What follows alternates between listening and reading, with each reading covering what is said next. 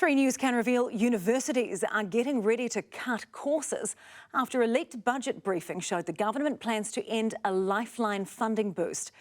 The government is yet to confirm its plan, but the sector's gearing up for a fight. Glenn McConnell has the story. As our week kicks off, some bad news for students. Courses could be cut and their fees are going up.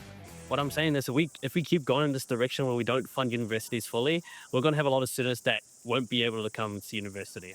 ThreeNews has been leaked details from budget briefings that reveal the government plans to remove a 4% lifeline funding boost for students.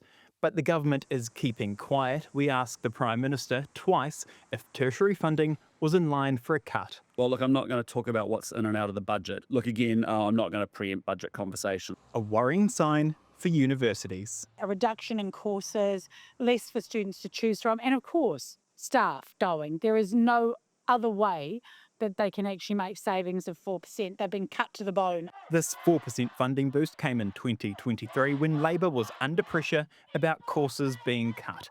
They announced a 2-year funding review and these 2 years of extra funding. But that review isn't yet complete, even though the funding is set to end.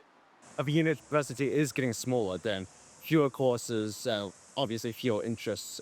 The Prime Minister's advice for cash-strapped unis: find new ways to make money. The opportunity in universities is also to make sure, as you've seen with the changes I've made around the science sector and putting universities with the science sector under the leadership of Shane Retty, is to make sure that our universities are actually managing their IP in a way that they can actually commercialise their research and development. Universities are businesses.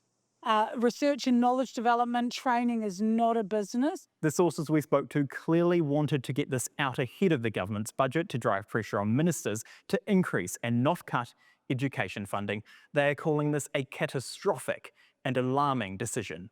Finance Minister Nicola Willis is set to confirm her budget on May 22.